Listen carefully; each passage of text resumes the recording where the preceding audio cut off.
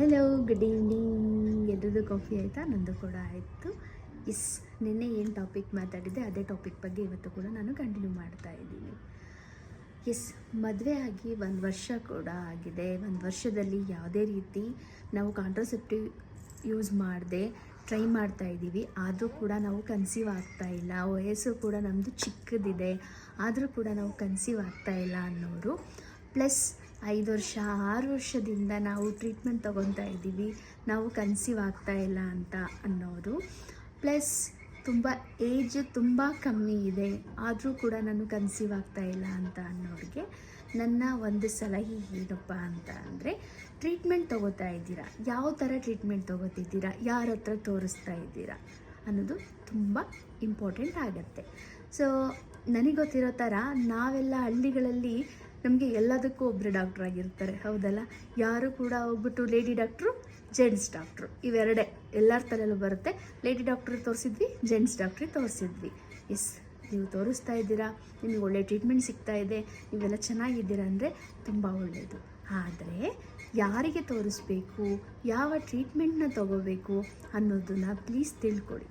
So ಈ ಬಂಜೆತನ ಅನ್ನೋದನ್ನು ಅಥವಾ ಈ ಸ್ತ್ರೀಗೆ ಸಂಬಂಧಪಟ್ಟಂತಹ ಕಾಯಿಲೆಗಳನ್ನ ಅಥವಾ ಈ ಅಂದರೆ ಹೆಣ್ಮಕ್ಳಿಗೆ ಏನೇನು ಸಂಬಂಧ ಇರುವಂಥ ಕಾಯಿಲೆಗಳನ್ನ ಎಲ್ಲಿ ತೋರಿಸ್ಕೋಬೇಕು, ಪ್ರೆಗ್ನೆನ್ಸಿ ಮಾಡ್ಕೊಳ್ಳೋದಕ್ಕೆ ಯಾವ ಡಾಕ್ಟ್ರಿಗೆ ತೋರಿಸ್ಕೋಬೇಕು ಅನ್ನೋದನ್ನು ಪ್ಲೀಸ್ ಸ್ವಲ್ಪ ತಿಳ್ಕೊಂಡು ತೋರಿಸಿದ್ರೆ ಒಳ್ಳೆಯದು ಅಂತ ನಾನು ಅಂದ್ಕೊತೀನಿ. ಹೌದು, ಯಾರಿಗೆ ತೋರಿಸ್ಬೇಕು? ಗೈನಕಾಲಜಿಸ್ಟ್ಗಳಿಗೆ ತೋರಿಸ್ಬೇಕು. ಸೊ ಗೈನಕಾಲಜಿಸ್ಟ್, ನಿಮ್ಮ ಹತ್ರದಲ್ಲಿರೋ ಗೈನಕಾಲಜಿಸ್ಟ್ಗಳಿಗೆ ನೀವು ತೋರಿಸಿ, ನೀವಿಬ್ಬರೂ ಕೂಡ ಖಂಡಿತವಾಗಿ ಕಪಲ್ಸ್ ಇಬ್ಬರೂ ಹೋಗಬೇಕು. ನಾವು ಎಷ್ಟೋ ಸತಿ ನೋಡಿರ್ತೀವಿ, ಅಪ್ಪನ ಜೊತೆ ಬಂದಿರ್ತಾರೆ, ಅಮ್ಮನ ಜೊತೆ ಬಂದಿರ್ತಾರೆ, ಅಕ್ಕದ ಜೊತೆ ಬಂದಿರ್ತಾರೆ, ತಮ್ಮನ ಜೊತೆ ಬಂದಿರ್ತಾರೆ. ಈ ಟ್ರೀಟ್ಮೆಂಟ್ನ ತಗೋಬೇಕು ಅಂದಾಗ ಹೆಣ್ಮಕ್ಳು ಒಬ್ಬರೇ ಕೂಡ ಹೋಗೋದಲ್ಲ. ಬಿಕಾಸ್ ಅಲ್ಲಿ ಏನು ಪ್ರಾಬ್ಲಮ್ ಇದೆ ಅಂತ ನಾವು ಇಬ್ಬರಲ್ಲೂ ನೋಡಬೇಕಾಗತ್ತೆ. ಏನು ಮಾಡ್ತೀವಿ ನಾವು, ಮಾಡೋ ತಪ್ಪೇನು ಅಂತ ಅಂದರೆ, ಹೆಣ್ಮಕ್ಳು ನಾವಾದವರು ಎಲ್ಲ ತಪ್ಪುಗಳನ್ನೂ ನಾವೇ ಹಾಕ್ಕೊತೀವಿ. ನಾನು ಪೀರಿಯಡ್ಸ್ ಆಗ್ತಾ ಇಲ್ವಲ್ಲ, ಅದಕ್ಕೆ ಕನ್ಸೀವ್ ಆಗ್ತಾ ಇಲ್ಲ, ಅಯ್ಯೋ ಇದೆಲ್ಲ ಮನೇಲಿ ಗೊತ್ತಾಗ್ಬಿಟ್ರೆ ಎಲ್ಲ ನನ್ನ ತಪ್ಪಾಗಿ ತಿಳ್ಕೊಂಡ್ಬಿಡ್ತಾರೆ. ನೋ, ನೀವು ಹೆಣ್ಮಕ್ಳಾದವರು ಪ್ಲೀಸ್ ತಲೆಯಲ್ಲಿ ಇಟ್ಕೊಳ್ಳಿ, ನೀವು ನಿಮ್ಮ ಗಂಡನ ಹತ್ತಿರ ಯಾವುದೇ ಫಿಲ್ಟರ್ ಇಲ್ಲದೆ ಮಾತಾಡಬೇಕು. ಅಂದರೆ ಹಾಸ್ಪಿಟಲ್ಗೆ ನೀವು ಅವ್ರು ಎಷ್ಟೇ ಬ್ಯುಸಿ ಇದ್ದರೂ ಕೂಡ 1 ಅವರ್ ಆದರೂ ಫ್ರೀ ಮಾಡಿಕೊಂಡು ಕರ್ಕೊಂಡು ಹೋಗಬೇಕು. ಅಲ್ಲಿ ಡಾಕ್ಟರ್ಸ್ ಹತ್ರ ಕೂತ್ಕೊಂಡಾಗ ಇಬ್ಬರೂ ಕೂಡ ಯಾವುದೇ ಫಿಲ್ಟರ್ ಇಲ್ಲದೆ ಮಾತಾಡಬೇಕು. ಮುಜುಗರ ಇಲ್ಲದೆ ನೀವು ನಿಮ್ಮ ಪ್ರಾಬ್ಲಮ್ ಏನಿದೆ ಅಂತ ನೀವು ಹೇಳಿದಾಗಲೇ ಡಾಕ್ಟರ್ ಕೂಡ ನಿಮಗೆ ಕರೆಕ್ಟಾಗಿ ಟ್ರೀಟ್ಮೆಂಟ್ ಕೊಡೋಕ್ಕೆ ಸಾಧ್ಯ ಆಗತ್ತೆ. ಹೌದು, ಏನು ಟ್ರೀಟ್ಮೆಂಟ್ ಕೊಡ್ತಾರೆ ಅನ್ನೋದಕ್ಕೆ ಫಸ್ಟ್ ನೀವುಗಳು ಹೋದ ತಕ್ಷಣವೇ ಹೇಳಿ ನಿಮ್ಮ ಪ್ರಾಬ್ಲಮ್ ಏನಿದೆ. ಸೊ ಗೈನಕಾಲಜಿಸ್ಟ್ಗಳು ನಿಮಗೆ ಸಜೆಸ್ಟ್ ಮಾಡ್ತಾರೆ, ಹೌದಾ ಪೀರಿಯಡ್ಸ್ ಎಲ್ಲ ಸರಿ ಆಗ್ತಾ ಇದೆಯಾ, ನಿಮಗೆ ಯಾವುದೇ ರೀತಿ ತೊಂದರೆ ಇಲ್ವಾ, ನಿಮ್ಮದು ವೀರ್ಯಾಣು ಪರೀಕ್ಷೆ ಎಲ್ಲ ಮಾಡಿಸಿದ್ರೆ ಎಲ್ಲ ನಾರ್ಮಲ್ ಇದೆಯಾ ಎಲ್ಲ ಕೇಳ್ತಾರೆ. ನಿಮ್ಗಳಿಗೆ ಆಲ್ರೆಡಿ ಅವೆಲ್ಲ ಟೆಸ್ಟ್ಗಳಾಗಿದೆ ಬಟ್ ಆದರೂ ಕನ್ಸೀವ್ ಆಗ್ತಾ ಇಲ್ಲ ಅಂದರೆ ಅವರು ನಿಮಗೆ ಅದ್ರ ಬೇಸಿಸ್ ಮೇಲೆ ನಿಮಗೆ ಟ್ರೀಟ್ಮೆಂಟ್ ಆಗ್ತಾ ಹೋಗ್ತಾರೆ. ಇಲ್ಲ ಯಾವುದೇ ರೀತಿ ಟ್ರೀಟ್ಮೆಂಟ್ ತೊಗೊಂಡಿಲ್ಲ, ಸುಮ್ಮನೆ ನ್ಯಾಚುರಲಾಗಿ ಟ್ರೈ ಮಾಡ್ತಾ ಇದ್ವಿ, ಕನ್ಸೀವ್ ಆಗಿಲ್ಲ ಅನ್ನೋರು ಪ್ಲೀಸ್ ನೀವು ಬ್ಲಡ್ ಟೆಸ್ಟ್ನ ಮಾಡಿಸ್ಬೇಕಾಗತ್ತೆ. ಸೊ ಫೀಮೇಲ್ಸ್ ಬಂದು AMH ಅಂತ ಮಾಡಿಸ್ಬೇಕಾಗತ್ತೆ. ಕೆಲವೊಂದು ಅದಕ್ಕೆ ಜೊತೆಯಾಗಿ ಕೆಲವೊಂದು ಬ್ಲಡ್ ಟೆಸ್ಟ್ಗಳನ್ನ ಡಾಕ್ಟರ್ಸ್ ನಿಮಗೆ ಸಜೆಸ್ಟ್ ಮಾಡ್ತಾರೆ, ನೀವು ಅದನ್ನು ಟೆಸ್ಟ್ಗಳನ್ನ ಮಾಡಿಸಿ. ಸೊ ಮೇಯ್ನಾಗಿ ಹಸ್ಬೆಂಡಲ್ಲಿ ಒಂದು ವೀರ್ಯಾಣು ಪರೀಕ್ಷೆ ಆಗಲೇಬೇಕು.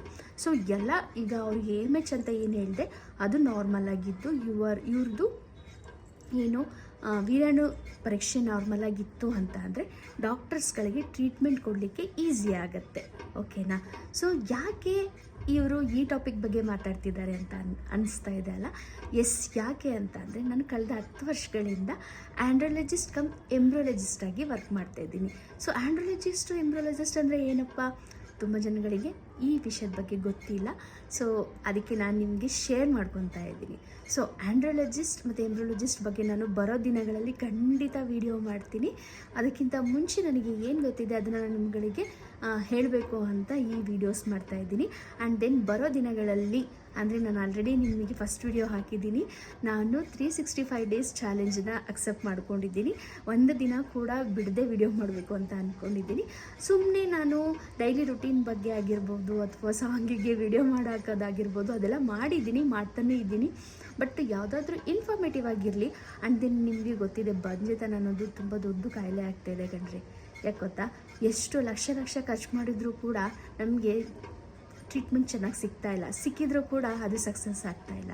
ಪ್ಲೀಸ್ ಇರೋ ಟೈಮಲ್ಲಿ ಟೈಮ್ ವೇಸ್ಟ್ ಮಾಡದೆ ಆದಷ್ಟು ನೀವು ಬೇಗ ಬೇಗ ಟ್ರೀಟ್ಮೆಂಟ್ ತೊಗೊಂಡು ಇನ್ಫರ್ಟಿಲಿಟಿಯಿಂದ ಆಚೆ ಕಡೆ ಬರಲಿ ಅನ್ನೋದು ನನ್ನದೊಂದು ಪುಟ್ಟ ಆಸೆ ಅಷ್ಟೇ. ಓಕೆ, ಎಷ್ಟೇ ಜನ ಕಮೆಂಟ್ ಮಾಡಿದರೆ ನೆಗೆಟಿವಾಗಿ ಕಮೆಂಟ್ ಮಾಡಿ ಅಥವಾ ವೀಡಿಯೋಸ್ ನೋಡಿ ನಗಾಡಿ, ನಾನು ನಿಜವಾಗ್ಲೂ ತಲೆ ಕೆಡಿಸ್ಕೊಳ್ಳೋದಿಲ್ಲ. ವೈ? ಬಿಕಾಸ್ ನಾನು ಒಂದು ಒಳ್ಳೆ ಕಾರ್ಯ ಮಾಡ್ತಾ ಇದ್ದೀನಿ ಅಂತ ಖಂಡಿತ ಅನ್ಕೋತೀನಿ. ಬಿಕಾಸ್ ಇದರಲ್ಲಿ ಎಷ್ಟೋ ಜನ ನನ್ನ ಪೇಷಂಟ್ಸ್ಗಳು ಇದ್ದೀರಾ, ಎಷ್ಟೋ ಜನ ನನ್ನ ಫ್ರೆಂಡ್ಸ್ ಇದ್ದೀರಾ, ಎಷ್ಟೋ ಜನ ನನ್ನಿಂದ ಹೆಲ್ಪ್ ಆಗಿರೋದು ಇದೆ. ಪ್ಲೀಸ್ ಅಂಥವರು ಯಾರಿಗಾದ್ರೂ ಮುಜುಗರ ಇದ್ದರೆ ಖಂಡಿತ ನೀವು ನನಗೆ ಟೆಕ್ಸ್ಟ್ ಮಾಡಿ. ನನಗೆ ಎಷ್ಟು ಗೊತ್ತಿದೆ ಅಷ್ಟು ಸೊಲ್ಯೂಷನ್ನ ನಾನು ಖಂಡಿತ ಕೊಡ್ತೀನಿ. ಸೊ ನನ್ನ ಚಾನಲ್ನ ಸಬ್ಸ್ಕ್ರೈಬ್ ಮಾಡ್ಕೊಳ್ಳೋದನ್ನ ಮರಿಬೇಡಿ. ಆ್ಯಂಡ್ ದೆನ್ ದಿನಕ್ಕೂ 1 ಸಬ್ಸ್ಕ್ರೈಬರ್ ಆದರೂ ಕೂಡ ನನಗೆ ಸಬ್ಸ್ಕ್ರೈಬರ್ಸ್ ಜಾಸ್ತಿ ಆಗ್ತಾ ಹೋಗ್ತಾರೆ. ನಾನು ಹೆಚ್ಚು ಹೆಚ್ಚು ಮಾಹಿತಿಗಳನ್ನ ಖಂಡಿತ ಕೊಡ್ತೀನಿ. Thank you everyone.